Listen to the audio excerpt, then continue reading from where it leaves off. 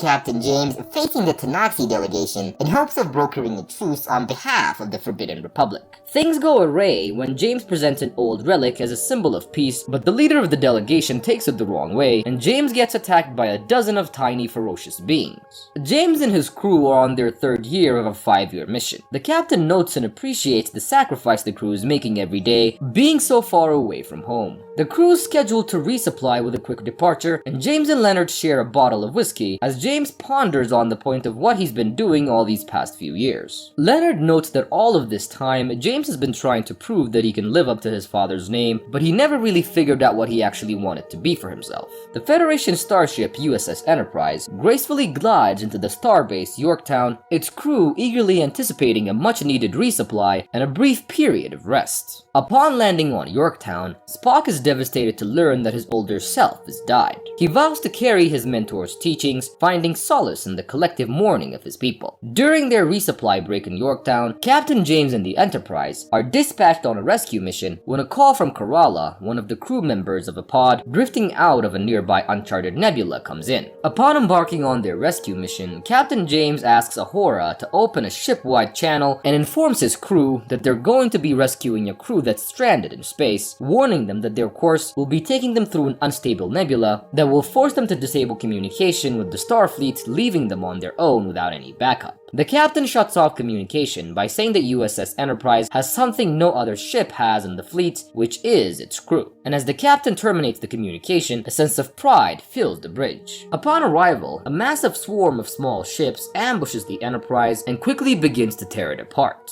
And unfortunately, the ship's firepower and shield fail to be a deterrent against their attackers. As the gravity of the situation dawns upon them, the captain makes a difficult decision, ordering Sulu to engage the warp drive and escape the imminent danger. However, to their dismay, the ship's sensors reveal critical damage to the warp drive, rendering it inoperable. Panic sets in as the crew realizes their desperate struggle for survival has reached a seemingly insurmountable obstacle. The swarm's leader, Krall, and his crew board the crippled Enterprise, swiftly capturing and killing many crew members and attempting to capture Abarath, a relic recovered during a recent mission. Commander Spock and Leonard go down to the epicenter of the fight and discover that Krall had managed to get his hands on the Abarath.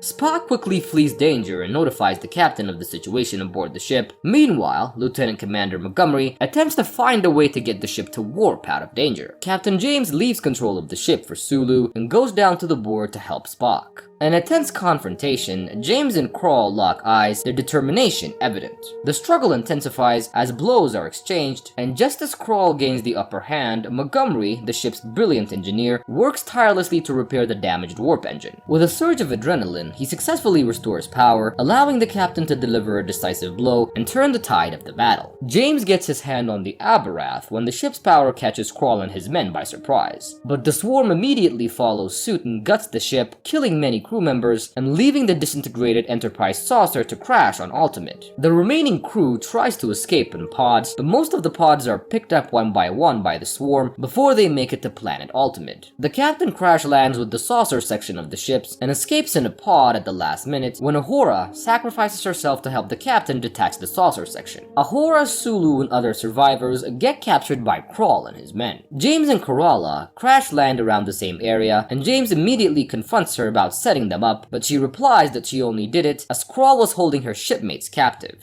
The captain then lets her be, but not without his suspicions. James then asks Chekhov to check if there are any survivors, but they realize that their handheld scanners were too weak to pick up any signals, so the captain suggests that they go back to the saucer and use its scanners to find the survivors. Krall asks Ahura why she sacrificed herself to let the captain escape, and she tells him that Captain James would have done the same for her, and that he'll be coming to save his crew. But Krall states that he's counting on that, as Abarath is still in the captain's hands. Spock and Leonard crash land together, and upon landing, Leonard notices that Spock was stabbed by a large shrapnel that just missed his heart by inches. The doctor then heats up a piece of metal that he found in the wreckage and pulls out the shrapnel and seals the wound shut. Montgomery gets surrounded by 3 inhabitants of the planet that don't seem to be Krall's men. He is then saved by Jayla, an alien scavenger who promises to help him find his crew if he helps her fix her ship. Spock and Leonard find a cave that has the same markings as Abarath on its walls, and Spock suddenly falls down, relenting to his wounds. When Jayla takes Montgomery back to her house, he realizes that she was using an old Federation ship that crash-landed on their planet long ago as a base, and she was attempting to fix it throughout the years. Jayla tells Montgomery that she will help him find his people if he helps her fix the ship so they can finally get off the planet once and for all. James and Chekhov, along with Kerala, sneak into the crash section of the saucer in an attempt to get to the bridge to contact the crew. Meanwhile, Uhura and Sulu escape their cell and discover that Krall had been tracking the movement of not only their ship but the entire fleet of the Federation, and Uhura manages to send a distress signal before they're recaptured. James tricks Kerala into revealing her true intentions by using the Abarath as bait. When Kalara thinks that she's located Abarath, she sends a call to Krall to let him know of her location, but Chekhov uses this to his advantage to triangulate the area of his lost crew.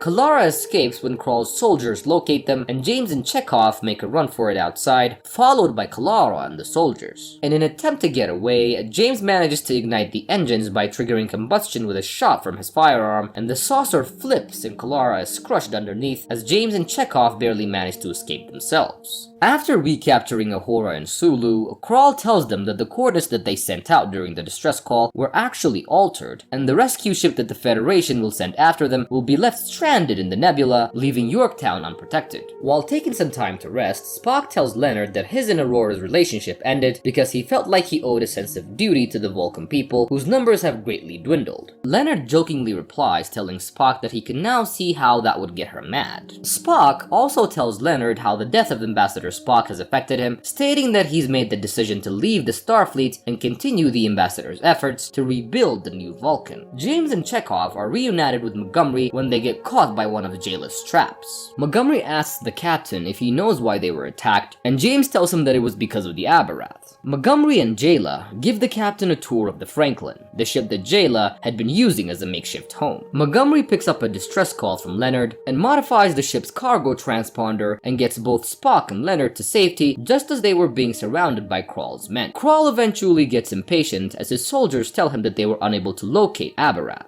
So he then takes matters into his own hands and threatens to kill Sulu in front of the rest of the survivors unless they tell him where it is. Then inside, one of the crew members begs Krall to stop, and here it's revealed to us that James actually gave her the Abarath and that she had it on her person all this time. And Krall then uses the Abarath to complete an ancient bioweapon. With this device complete, Krall intends to kill Yorktown's inhabitants and then attack the Federation. When James and Montgomery locate Krall's base and make plans to rescue the rest of the crew, a distressed Jayla argues that that's not the deal that they made, mentioning that her family died and that she barely escaped, and all she wants to do is just get out of the planet. After a heart-to-heart with Montgomery, he manages to convince Jayla to help them come up with a plan and rescue the rest of their crew. Before launching into space, Krall tests the bioweapon on Ensign, and Ensign disintegrates as Uhura pleads for him to stop, stating that Krall already has what he wanted. Moments after, James attacks the base on a bike. Krall shoots at James, but James has several holographic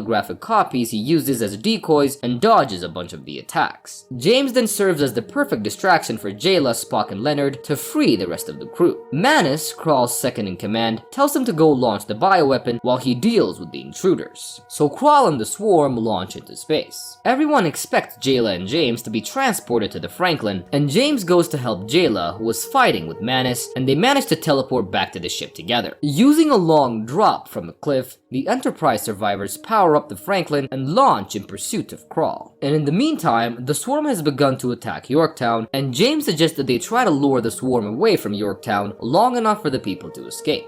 However, Sulu reminds the captain that they stand no chance against the Swarm in the Franklin. Spock gets the idea that the Swarm function like bees and suggests that there might be a way to disorient them and break their coordination. And James suggests that they teleport him onto one of the ships within the Swarm, but Spock tells him that he's more qualified for this mission as he has some familiarity with the interior of the ship. Worrying that Spock isn't up to his full health, the captain agrees to let Spock take on the mission on the condition that he takes Leonard with him. Upon boarding one of the ships, Spock notes that the swarm is communicating with one another through a cybernetic link, and he mentions that they need to send a signal frequency that will disrupt the swarm. James suggests that they can just use VHF to distract and disrupt the swarm, which reminds James of the music that Jayla had on the ship when she first brought him to her makeshift home. As the signal won't travel far, Captain James orders Sulu to get close to the swarm. Frank gets in the epicenter of the swarm and broadcasts the song Sabotage by Beastie Boys. The ship also sends disruption frequency to the control center in Yorktown, which amplifies the signal and destroys the swarm.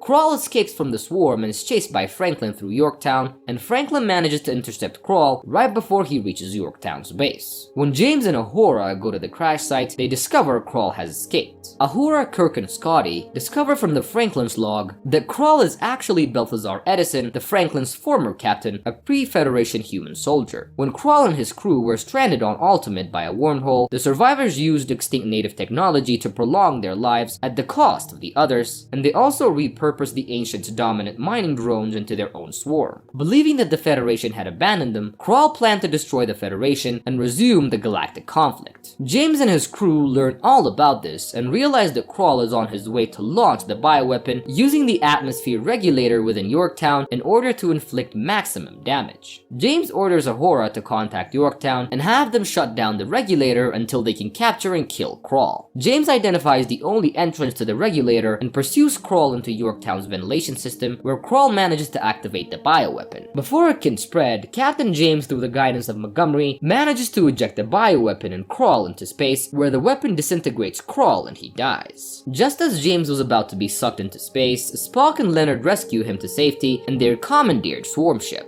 In the aftermath, Commodore Paris closes the files of Captain Edison and the USS Franklin crew, and though offered the promotion of Vice Admiral, Kirk decides to remain as a captain. Spock chooses to remain in Starfleet and rekindles his relationship with Uhura. On Kirk's recommendation, Jayla is accepted into Starfleet Academy, and as the crew celebrates Kirk's birthday, they watch the construction of their new ship, the USS Enterprise A, and they resume their mission to boldly venture to a place where no one has ever gone before. And this is how the movie comes to an end.